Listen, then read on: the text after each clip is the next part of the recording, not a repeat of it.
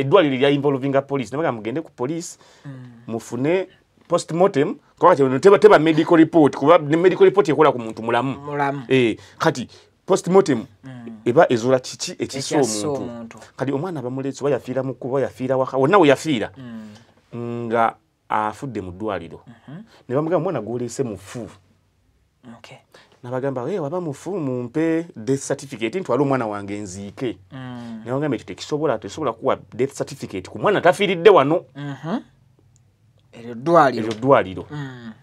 ne ba-involvinga police bo nga abasawo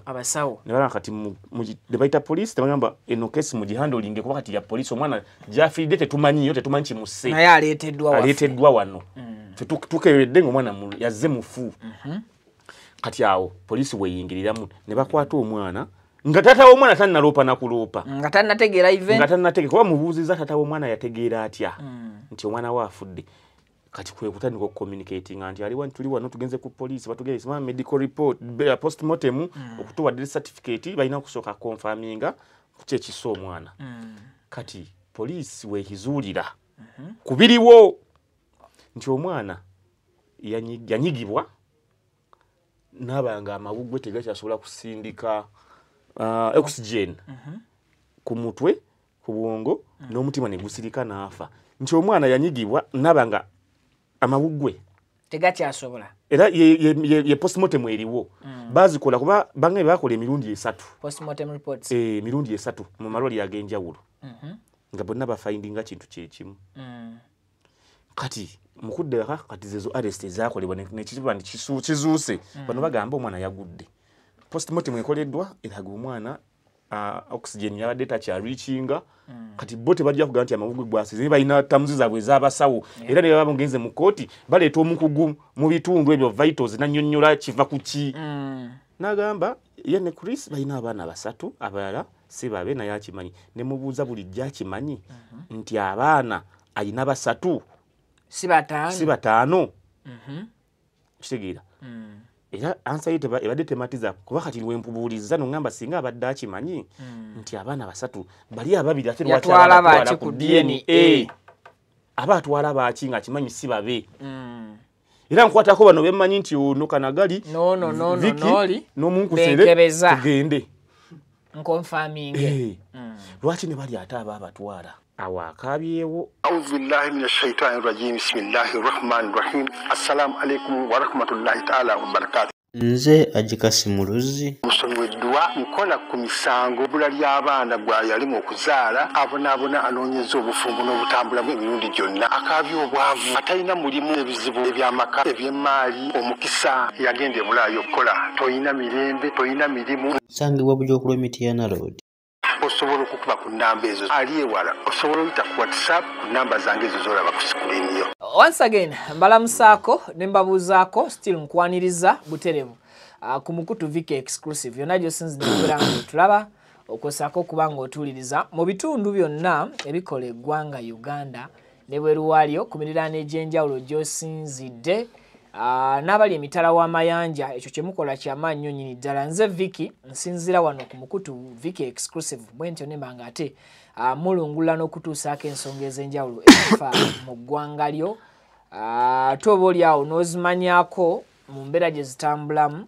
naawe ali emitala w'amayanja eyo tunoonya engeri gye tusaggula stories okuva side eyo era nazo ne tuzitematema okusinzira mu ngeri gye tuba tulabyemu ebintu nga bwe bitambula. Video nkusaba mbwombefu oba ekitalo sooka ogimpereka like kijambeko okubanga edduka ku misinde gy'amaanyi information yenna etuuke ku oyo ayina okugiwulira era ayagala okugiwuliriza n'okugiraba. Mu butongole tukusaba otwegatteko ng'osubscribinga ku Mukutu osobole okufunanga latest updates ne latest information mu mbeera eyo oba mu mbeera endala. Olunaku olw'eggulo twabadde wano ne muganda wange Julius Caesar Kyabbeyi omunkuseere alirye eddala nabagamba tulyongererako mu programu empiso ne tutematema ku nsonga y'omusango ogugenda mu maaso omuli omukyala agambibwa okubala nti yatta oba yenyigira mu kutta omwana eyava waggulu kalina nga bwe kigambibwa n'agwa wansi. Olunaku olw'ejjo twafunye omukisa ne twogerako ne maid okuva ku source ezaffe zetwesigika zetulina ezesigika okuva ku Julius Caesar Kyabeeyi mu mbeera eyo era n'ayogerako ne taata w'omwana omugenzi ne looya we wabula ne tubasuubiza nti ate olunaku olwaleero tugenda kuba tukomawo okubannyonnyola omukyala yagamba ki before even reach to court for the second time kubanga mu kooti tuddayo ng'ennaku z'omwezi 5 omwezi nga mukaaga yes sorry nga mukaaga omwezi guno gwe tugendamu ambulizaako ku bantu abantu abalabi baffe aba Vicky Exclusive tubaagala nnyo era tuba n'essanyu lingi nga tulaba mu komenti nga tumanya nammwe mu followinga wabawo komenti gy'osoma n'ogamba ekyana kino kikatukoze naye n'ogamba buli muntu ebintu abifuna nga waayagadde abamu oluusi agenda alaba oluusi alina byakola kati pati zimu n'azimisi nga natawulira bulungi kati tofaayo nnyo noga kasita abangi basiima muli mutyana era olunaku lwajjo twabadde wano ensonga mwazitegedde ne tusuubiza okuddayo teri kussa mutima teri kussa mwoyo teri kussa mukka omuntu awumula afudde kituufu so abantu no baŋŋambye officially osayiningiwe eri Vicky Exclusive abantu nga banjagadde baŋŋambye officially Vicky Exclusive kitunulemu oyogere ne mwami Kamantaho erinnya era ndyogedde Julius Caesar Kyabeeyi omuseere officially abeere member eri Vicky Exclusive so tugenda kitunulamu era tujja kuba tubawa feedback ku nsonga eyo so now olwaleero kulikayo eruzira leero nzunze nnyo nzunze nnyo si mulundi gumu si gumu si ebiri si esatu ntambudde wangi kuba twetaaga ensonga zino tuzituuse ku nfeete ntuuse ku makya nenkera nenyambala ngenda eruzira nyingira nga ndyalaba musibe ne baŋŋamba leeta ebikwogerako nembijje ne bagamba byo tebikola ate olese walaga tusaba ndagamuntu olese walaga nga nina duplicate yange yandagamuntu omanyi kiba risk okutambula nayo original ate mubimanyiwe kubulako process nene kadi so nali nayo kyamu duplicate copy photocopy nenjisiringa bulungi ne bagamba ayo tekola sebo twetaaga original either letter passport oba driving permit oba endagamuntu original nga natambudde na duplicate ngamba my god so wadde olina okukomawo nenkomawo ewaka nembijjayo nenzirayo nabyo eruzira ntuuse munda ng'omusibe era naye aliko restrictions kati aliko amateekako aliko amateeka waliwo ndowooza abamenya amateeka abamu ku bagenzeeyo bannaffe abamu bakoze ebitakkirizibwa kati ng'olina mulabira wa deputy OC owakomera oyina charge nga gyolina ogenda mu ofisi era bwe ntuuse wali abakyala abo babakola ku bitabo kusayininga ne babuuzaguza okulaba ne bagamba oyo olina genda wa OC in charge omukyala tamberedde mubi twogedde awo oluusi omanyi kati nze nange ngezaako okuyiga ennimi tandise munakoddeeyo amayina gange nze Kyabeeyi omunkuseere neŋŋamba akanagali buli bulijjo mugamba njigiriza olulimi nga tawulira kati nabantuuse eventually nandaba nemubuulira ku byafaayo byange ebitonotono wano ku mulimu gwaye tubadde nga tukola namba gwe toli bubi nnyo kale atumuyite kali nenfuna ate akadde akazibu azze waliwo abantu babadde nga 8 abazze abantu be kali ne basooka banyumya oluweka nga siruwulira olwaba omukyala lunya lwanda ngamba kati singa nazze ne kanagali singa era nayo manyi ayina emisaayi 3 so nanga sibiti naye nga mpulira naye nga mulimu byempulira mumanyize ennimi zaffe bantu language ezimu tukane muliziganya nina byenkwasizaamu naye nga tebakkiriza ku nootinga still aŋŋambye oba tolina mutwe togenda kuwandiika kimu aŋŋambye nkukkiza naye teri kuwandiika byonna bikwate mu mutwe oba olina raamu GB2 kiveemu okole format aŋŋambye oba olina raamu GB2 biveemu neŋŋamba kale ne bampa byembune kati bali bamaze babogedde dakika ngaana abooluganda nabagamba kati mu budde bwe buweddeko zibalina kuba 15 so abo ne bafulumya nange nenzirawo nembuuza ebibuuzo n'omweyanjulira nemubuuza ebibuuzo nga we wabimpadde yesebo tubitandikeko tutandike tubuuzaani tutegeeze abalabi tubuuza omukyala bamita Jolini Kanoheri maama w'omwana agambibwa nti yatta omwana we era ali mukomera eruzira maama oyo yasibibwa n'omwana we kiina bebi kiwala baliyo bonna aze n'ekibebi w'omulabidde obambi ontyo tutandike nemubuuza nsozi nemubuuza ani yaripootinga ku poliisi guno omusango gutuuka gutya ku poliisi kati kuba kati tukitwala nti ebadde accident ey'ewaka kati etuuka ekya okubeera keesi ya poliisi nga poliisi ebasobola noba arrestinga that very day ne batwala mu buduukulu ne mubuuza ekirala ne mubuuza tasoose kwanukula ne mubuuza tata w'omwana omugambo awutya nti omwana we afudde okitegeera ebimu tabizzeemu naye maze nenkola research nze owange nga nvudde mu kkomera ne ngenda ku ddwaliro gye baatwala omwana Kitintale hospital kati tutuuka ku kinyusi nti poliisi etegeera etya poliisi okutegeera teri yagiyita abazadde si be bayita poliisi si mukazi si taata kati omwana atuuka yatuuka afudde okutuuka mu ddwaliro teyafiira mu ddwaliro according to her agamba omwana yafiira mu ddwaliro waŋŋambye omukyala kati nze research gye nkoze nsaba tetumikisinga tuso obadde oyagala kivugiramu balansi njala kivugiramu balansi kuba wano tetulina gwe tukomerera tetulina gwe tupininga nti yatta omwana oba ki omukyala akugambye nti omwana bwe yamutwala mu ddwaliro yafiira mu ddwaliro kakati ne tuddeyo kabuuzi kaffe kali yake mabega nti yakubira maili n'amugamba omwana afudde tegeka ewaka naye tokkiriza bantu tokkiriza muntu n'omu kuggulawo paka nga nzize oba nga nkugambye kati wangamba nti omwana yafiira mu ddwaliro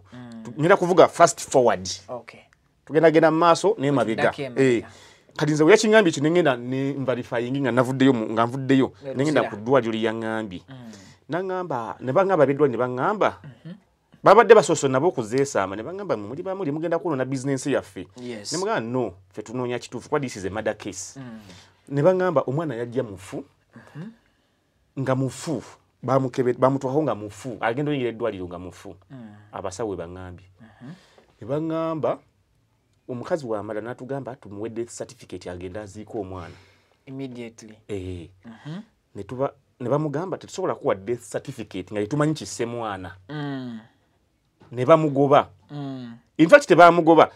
balaba nga bikayi boye ba involvinga police eddwaliro lya involvinga police ne bagamba mugende ku police mufune postmortem kwa teba medical report kuba medical report ekola ku muntu mulamu kati postmortem eba ezula kiki ekiso omuntu kati omwana bamuletso bayafiira mu kuba yafiira waka wonna we yafiira nga afudde mu ddwaliro ne bamugamba mwana gwolese mufu nabagamba waba mufu mumpe death certificate ntwala omwana wange nziike ne bagamba ekyo tekisobola kuwa death certificate ku mwana tafiiridde wano eryo ddwaliro ne bainvolvinga poliisi bo nga abasawo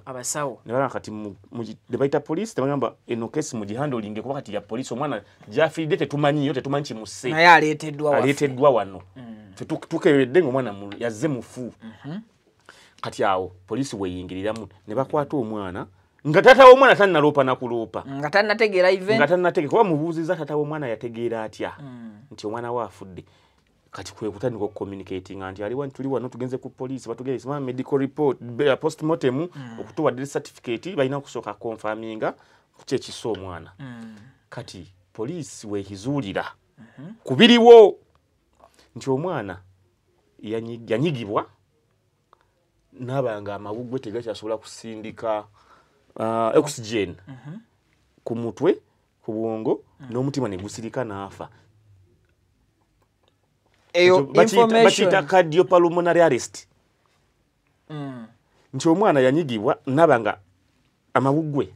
tegakyasobola era ye postmortem eriwo bazikola kuba bangaye bakola emirundi 3 postmortem reports emirundi 3 mu malwali agenjawulo nga bonna bafindinga kintu kyekimu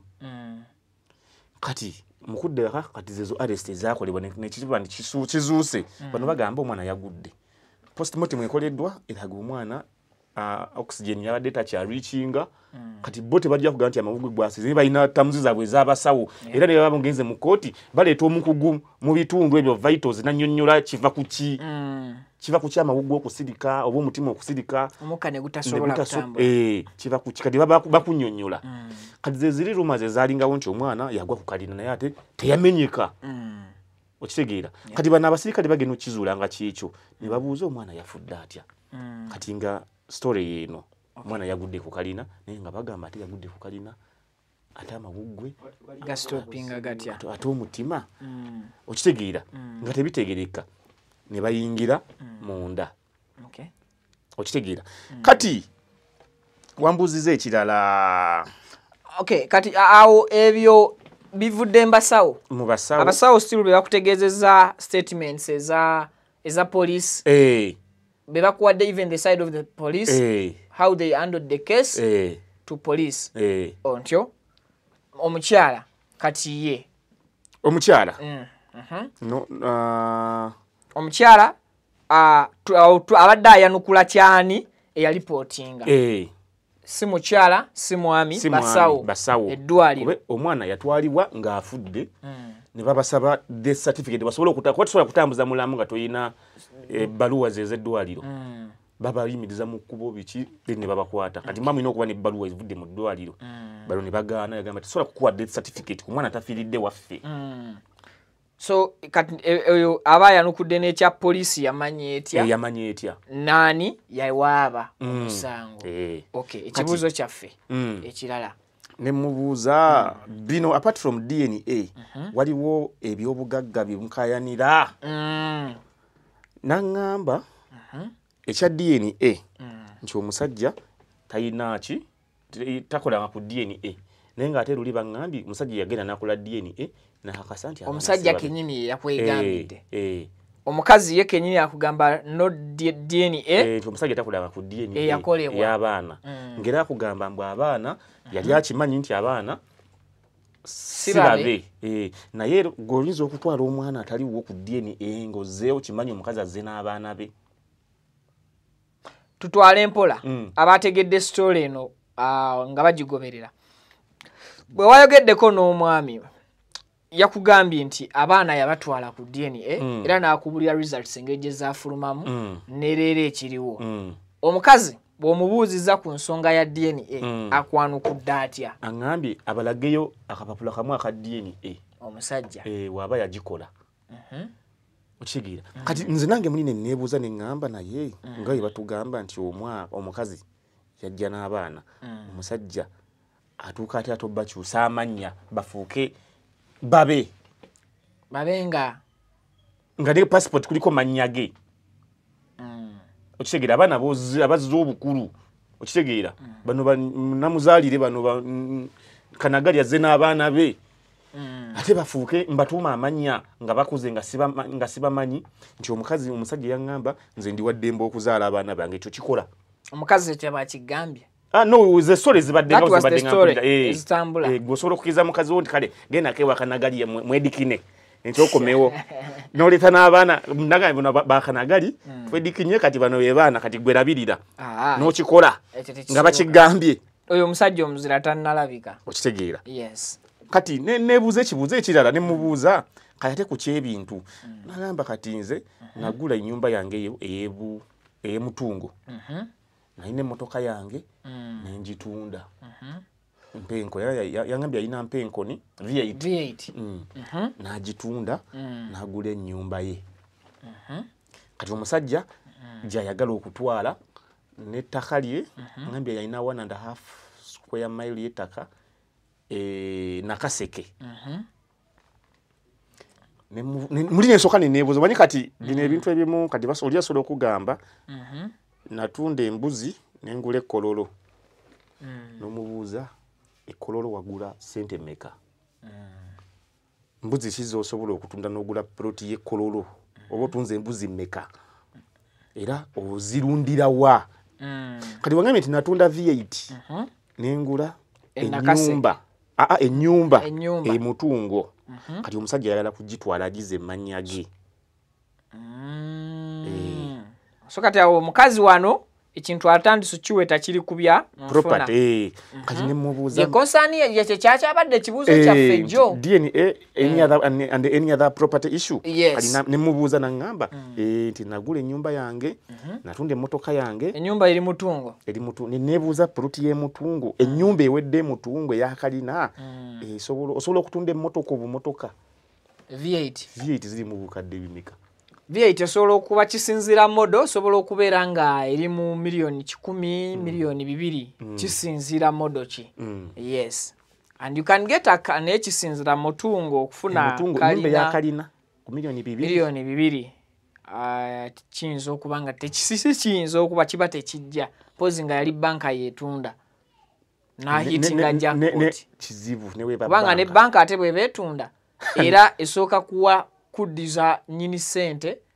bo batunda kujjayo zaawe then ne bakuwa balance okusinzira ku value kati nenda banga ekyo nakyo ekibuuzo takizeemu bulungi okay nze atikadde abingamba naye nga nze nga ategeera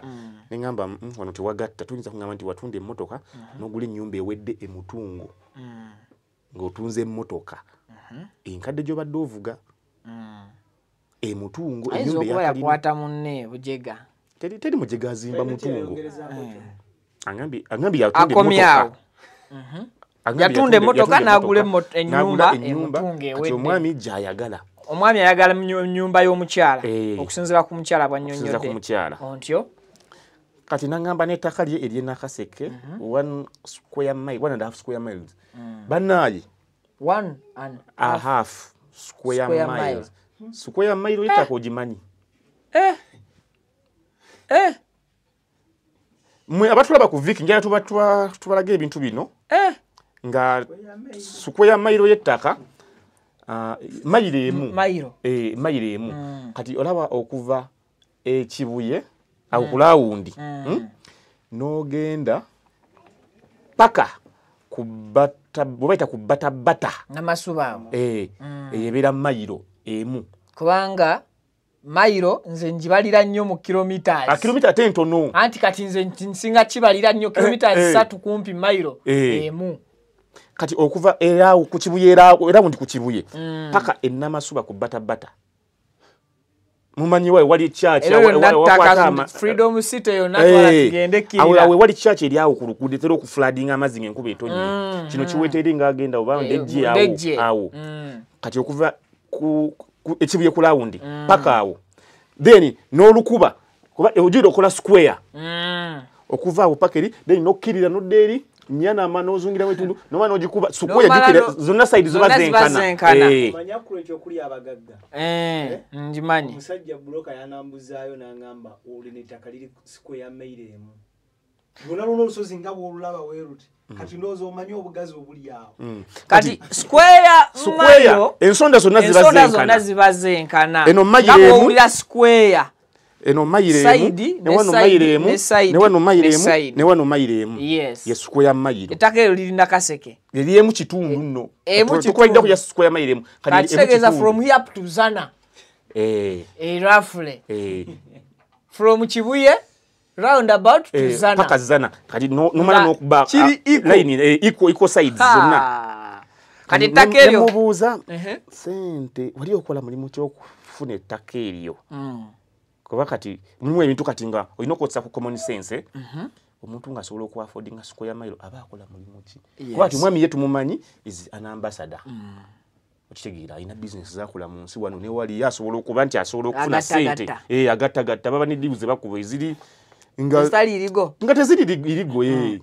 baba negotiatinga tugenda twagala kukola kino nakino mu nsi yammwe nayita kadiru ngako mu nsi naye nafuna nayawulako kati waliwo yayawula ku bazungu awo ne babaguza ekizinga mu Lake Victoria musajja weeyo yawula miliyoni 45 eza dola alese ba investor ate nga alidde clean money kati nemubuuza maama wali okola mulimu ki okusobola okwayalinga 1.5 square miles ez'ettaka koye awo ayogeddewo Olunyalwanda naye nga nze sirumanyi Akikakuze. yasagala nkulimbe okitegeera kuba wabaddewo nabadde bakyaliwo banne ekyo bwe kimubuuza oba abadde ayanukula bali nenze tanzizeemu naye nga ayogedde Lunyalwanda. Okay. kati neŋŋamba kati wekibanga kya property So awo nawo tubanga tufunyewo ash. waliwo ash omusajja nga gyayagala nga agamba zizo kati nze nembuuza gwe okola mulimu ky'okuba n'ettaka 1.5 square miles omusajja lyayagala ennyumba oganye gyayagala okutwala wagigula ku ssente zo watunda mmotoka nga ndaba tebigatta tanzizeemu bituufu ebimu anzizeemu naye nga nze nfunye ekyange. Kati nemala nemubuuza ogamba omusajja yakugamba ayagala kuzaala mwana omu naye bali bataano. How comes omusajja takulabirira nga wetuwulira manyize mbadde mukalu nina nange ebintu byenkoze nengamba naye ddala yinza yogera kweri ddala ndi muzadde mukazi yafiirwa omwana we naye nange ate omuliko naye no for the benefit of our society kambuze ebibuuzo ebiyamba abantu okitegeera kuba this is a fair play ogenda kujja mu kkooti weewozeeko oguba tegukusinga oteebwe okitegeera nemubuuza kati ogamba omusajja yali ayagala kuzaala mwana omu ate bali bataano ate ogamba tabalabirira. Kati how comes nti omusajja eyagamba tayagala abaana abalala n'ogenda n'okomawo nga woogamba n'ozaala abaana bano babiri kuba omutukulu yabadde afudde ndowooza ali yabadde 2.5 years eyafudde ono omuto wa mwaka gumu kati mubadde mukola mutya okufuna bano abaana mbadde temwedikina omukazi agamba omusajja tatulabirira tabaawo nkola z'ekizaala gumba gyeziri naye omusajja atalabirira abaana omuwuti omwana ate owokubiri owokusatu atabalabirira love asobola okuba nga atalabirira abaana naye nga mulungi love ng'ayina love oluusi nekijja abaana bagira accidentally nekijja nze kyekiri kyenagamba omuntu bino bimwozambu osamanya omwana tebamuzaala omu ku kika ng'omukazi alimu omusajja olaba talina kyafaayo mbu kale kanzaleyo owokubiri omwana afune munne gwanazannya naye azannya naye nga minisita wa finance takkiriza ng'omusajja ye tatulabire naye nazaalayo kamu naye kanzireyo nzaleyako okubiri omwana nememuzaala omu mu kika bakule babiri naye ng'ogamba tebakulabira omusajja takuwa buyambi gye bali ababikola nga tawa buyambi omukazi oli agamba akanzireyo jasinzaliyo kale kamu babeereyo babiri ku kika onaleme kwebowa ku kika agamba what kind of reasoning is this akikolera baana be kati nendaba ngaawo nawo tomatidde nga gwe questionnaire omusajja talabirira baana tatulabirira kyokka olina n'omwana omu omuto wa mwaka gumu akugambye amwinamu abaana bameka omusajja yakugamba alina abaana 5 omukazi tuli ku omukazi agambye alina abaana bameka mu musajja omukazi yagamba alina abaana 3 ab'omusajja nemubuuza abo yabategedde kati nti 3 balina oba buli jjaji manyi nti alina 3 otegeera mubuuzizza ekyo ekibuuzo kyennyini n'agamba ye ne Chris balina abaana 3 abalala si babe naye akimanyi nemubuuza bulijjo akimanyi nti abaana alina 3 si 5 kitegeera era ansa ye ebadde tematiza kuba kati wempubuulizza nongamba singa abadde akimanyi nti abaana 3 bali ababiri ate yatwala baki ku DNA aba atwala baki nga akimanyi si babe era nkwatako bano bemmanyi nti ono kanagali noli n'omunkusere tugende nkonfirming lwaki ne bali ate aba abatwala awo akabyewo sagala nkulimbe nange ennaku nenkwata ndaba nga ninga oba mukomerera ebibuuzo bibadde bingi nemubuuza nekiri kyewambuuzizza kiki ekyamutuukako ng'ategedde nti omwana agudde nafulizinga yafulizinga oba yafuna shooko aŋŋambye omwana yagwa amagulu ku kalina n'ayita maidi ajja amuyambeko okugjayo omwana sori ya maidi yo wagitegedde wagiwudde negikunnyonnyodde kati ekyo naye kirekawo nga sagala ninga akala amujjukiza kuba tetukakasa nti oba yamutta oba yagwa oba yakola ki ekyo naye sikifuddeeko nnyo kati obuzibu bwange bwe buli ne bino ebintu omusajja abadde akola emirimu gye ali mu nsi ezeetoolodde atambula akwata abaana abatwala batambula yabatwalako ettake ne babeera ettake okumala emyaka egiwera kati omukazi ekyo wakiŋŋambidde mbunze bwe nabeera ettake omusajja n'atandika okwagala ebyokwagala okutunda enju yange n'ebintu byange okubyezza n'omukazi yagendako ettake kati ne mugamba ne kati property ezo z'ogamba kubanga balina properties 22 ne balina company ezimanaginga balina ne company ewola ssente financial institution bagirina eyo ne mubuuza kati ebyo byonna byonna ani signatory bani ba directors nangamba tuli babiri bo babiri waŋŋambye bali babiri ye n'omwami kati ne mubuuza kati ate awo bwe tukubamu akafaananyi nti singa oba wagenda nga tokyalina na mwami n'omuzaalira omwana omu n'osooka ogenda ate n'olala n'ozaala abaana babiri okuwa powers ezo nakyo kirabikanga ekiyinza okuba ekikalubu anti kati olaba bino ebintu kati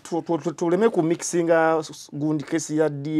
divorce ne murder case kati mu bya divorce olaba amateeka ga mangu nnyo ate mu divorce nti musobola buli ebintu bye mugabana ne mutagabana nakati oyinza okuba viki twafimbuligana ne mukyala wange nga nasikira oba ewaffe waliyo oba akasomero kakika oba ka family school family business kaddukanyizibwa buddukanyizibwa nga nange ngwati nganze Edmaster ninga nange nakasangawo nakasikira oba nyumba ya kijja nze musika kati tuba tugabana tetuyinza gabana bintu webityo okitegeera waliwo ebintu ebigabanibwa mu divorce n'ebitakwatwako kati basobola ogamba mwine ennyumba ey'amaka eyo mugirekera omukyala temujja tojja bagoba omukazi ogenda mugoba mu nyumba enju omukazi agisigaze kuba at least ne waba tabadde takola kugamba badde takola bino bina binaze mbikoze at least alina byabadde nga akola abaddeko ne knowledge abadde nga akuwa ekigambo nga weddikina buli weyagadde ezo sente singa alinga ozitwala wali wa Queen Masolongo sasola busaso zaali badde mmeka emyaka gyobaze n'omukazi zaali badde zimbenye abadde akuwoleza nga kungoye singa obadde nga ogenda wa Dobby awandi badde okisipendingo kya okitegeera kati olwa mugenda okugabana ebintu wabawe ebiraga nti kati gwe amaanyi go gali kiri mubuuziza wali okola mulimu ki okufuna sikweya mayiro y'ettaka n'ekitundu mulimu ki gwe badde okola tannyonnyodde nti oba naliko erosi kyamaanyi nti oba nali musomesa primary teacher taŋŋambye sagala mbalimbe wano twogera mazima wano ku Vic exclusive sagala mbalimbe taŋŋambye mulimu gwe yali akola kusobozesa mufunyisa ssente zigula sikweya mayiro emu n'ekitundu y'ettaka kiri kyayogedde ekyennyumba nti yatunda emmotoka ekyo kitegerekeka naye era simatidde kisinzira abantu batunda ebyabwe nti natunza iPhone 16 n'engula Pro tie munyonyo kisobola okugwikiriza nnyiniyo ng'ali bubi nakubanja kibanja mpola n'ogattawo mpola ebintu ebimu bisoboka mu business kati ne mubuuza ani ya facilitating nga obulamu bwammwe buno nga muli abroad kuba yagendako ettake ne UK abatwalako UK US nga batambula Zimbabwe Zambia mu East Africa wona South and Central batambuddeyo nga babeerayo namuganja alasimanya ngende nfuna obutuuze bweyo mbeereeyo ne mubuuza who was facilitating this fancy life gy'obaddengamu n'omusajja atakulabirira kibadde kibuuzo omusajja atabalabirira abadde nga ate asobola atya okufacilitatinga tickets z'ennyonyi z'abaana abonna ezizo naye n'ebirala byonna ne mubeereyo si mwaka gumu seebiri kuba gayi yaŋŋambye bagendako ewaabwe bakabaale nga bagenda mu kyalo omukazi nga aliwo abe Rwanda naweereza ennyonyi n'emukima Mwami Chris ng'alina omukwano omuti abadde neraba abadde yatuuse n'agamba mutuufu kati nga alaba yeekyayi yatuukako n'okugendako mu rehabilitation ng'alaba kimususeeko bwe tomanyi kyo kitegeeza kubanga abaana obadde omanyi olina abaana bataano basupendingako buli kimu ne bugenda ku makya DNA enegya nekulaga nti bano ababiri Kamantako ne Kanagali si babo ate omulala ne bakugamba yafudde ebitategeerekeka reports ne zikolebwa postmortem nga ziraga bino tebitsi yafudde tebitategeereka butategeerekeka nti teyafudde bitategeerekeka naye enenfa esobola okuleetebwa kino na kino nga eri best wano nga ate ayambiddwako wano kubuza omwana abadde alina asima nti nedda kati atuuka ty okuziira naba nga takyassa atali mulwadde wa asima okitegeera kyegamba kati nti omusajja abadde tabalabirira nga abadde asobola okusponsaringa ezo trips ez'ebweru ne mubeera eyo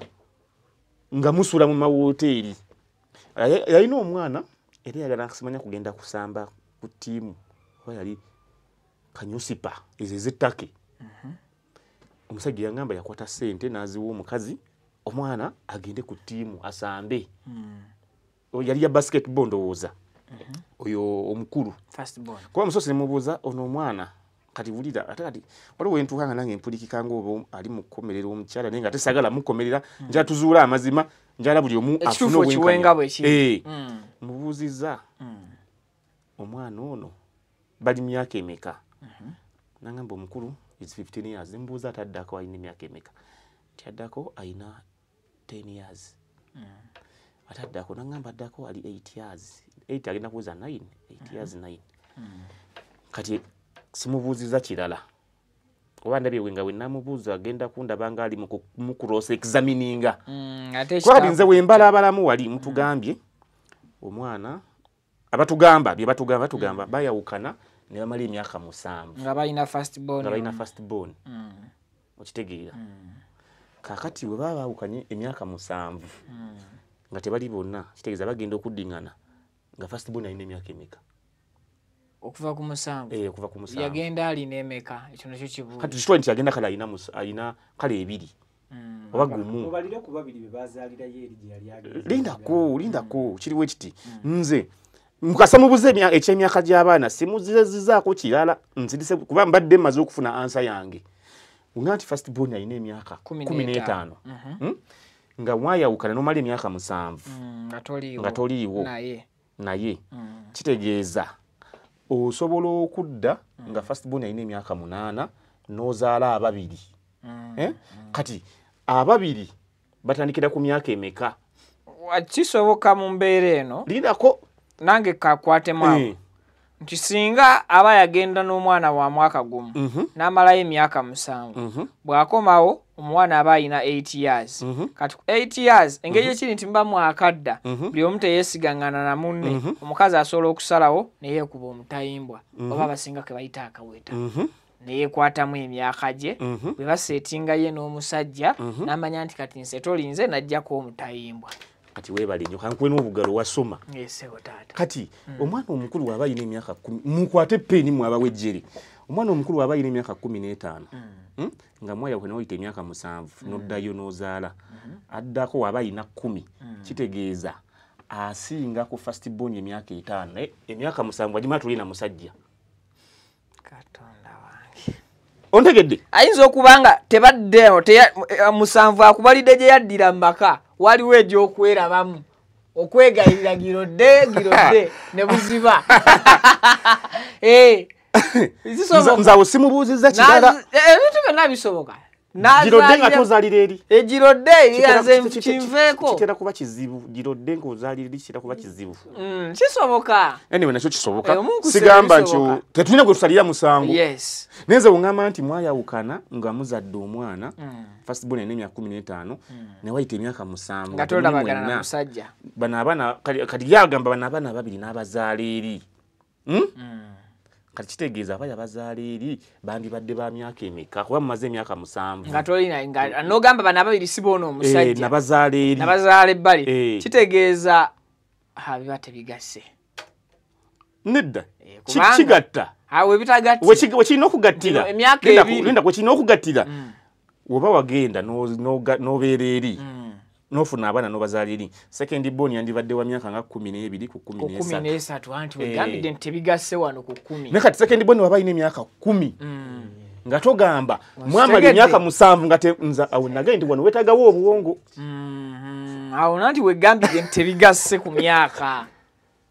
kati awo nensi kati nga nti oba ogamba nti abaana wajja okimanyi amusajja akimanyi ng'emyaka 7 wajima toli naye naye nga te second born wa myaka 10 ngamba kati awo oba olimbyemu maama according to her abadde ali mu mbeera ki omukyala we mwogeredde abadde mu state ki gy'osobola okusigira ekifaananyi abatulaba. Teri muntu abeera mu kkomera ng'ali bulungi, that's one. Kati ye appearance osobola okulaba nti muntu ali okay ku appearance kuba tebabakuba miggo. Edde lusira basaawanga kibooko. Naye kati bakyasaawa kibooko. Babayirabirira bulungi naye olwokuba nti oba mu kkomera ng'oggiddwako eddembe lyo kiba kikutokyalinga psychologically kati ffe tetusobola kukebera ate bwongo tetulina byuma. Physical appearance alya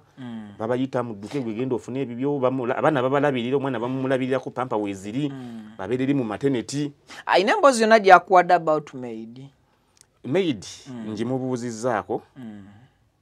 naye ate andaze nti afa nnyo ku maid we. Ndikogera mazima ntitulina gwe twekubira.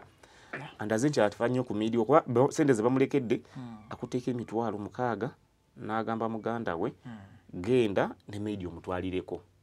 ekitalya ekigo. Yes. Naga ne maid mutwalireko. Andaze nti maid amufaako. Ayinza obba abadde abaana be abayisa bulungi. Kati ekyo kiwe mu abaana abali emikisa bafuna okyokuyiga bafuna omukisa okugenda kukola abaana bamuno tobatulugunya. Kati bali mu mbeera y'emu yakkomera naye alaga nti oli omwana yadde munkuseere akimanyi kizibu okuba nti alina abamukyalira abeewaabwe. Kabagabane kaafunye. Kati nze okunoonyereza kwange we kubadde olwaleero awo we kuli. So ebimu ku bibuuzo avunaana si ye mwami si yavunaana. Omwami si yavunaana era si ye yawaaba yadde omukyala. Oluvannyuma lw'omukyala okutuuka ku ddwaliro abasawo bo bagamba tetusobola kuwa death certificate ng'omwana atafiiridde wano. So abasawo be bakwata obuvunaanyizibwa ne bainvolvinga poliisi mu kino esobole okukola postmortem. Then poliisi awo weefuna interest kuba kati twadde tubuuza poliisi yo interest egikola etya egifuna kati guno musango kati guba gwa Bannayuganda. Guno guba gugenze Uganda versus era oli omwami talina nakyagenda kugubeerako. Talina nawajja kulabikira mu kkooti kuba teyaliiwe wakati tabeerawo. Mwami Chris Rugagi tasobola kuleka nga waliwo okunoonyereza okwenjawulo okutambudde. Naye talina walabiki talina wasobola kupiininga tasobola kujja alumirize. So ebyava mu postmortem byakaka poliisi okukwata bano abali ewaka. Okay. So oluvannyuma lwa postmortem poliisi yo negamba kewe abafamire abalala okuli omwami omubiri gw'omwana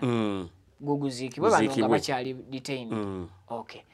Kale ye Julius Caesar Kyabeire era akadde tubadde nakatono akooye nnyo bamuwubye nnyo eruzira bw'ate biddayo endagamuntu ate eddayo kino. So ndoza abatulaba era abagoberera emboozi next time ndoza tujja kuba tuddabbawa biki ebigenda kufa mu kooti. Yes, ngenda kuza omwezi 6. Yes, tujja kubaayo tujja kutuusaako byonna awo musasi tumulina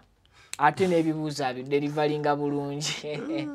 tusiibula abantu. Abalabi ba Vic exclusive. Yes. Nze mbasiibudde nkooye ebigambo by'okusiibula sibirina. Kale mubeere bulungi mweraba.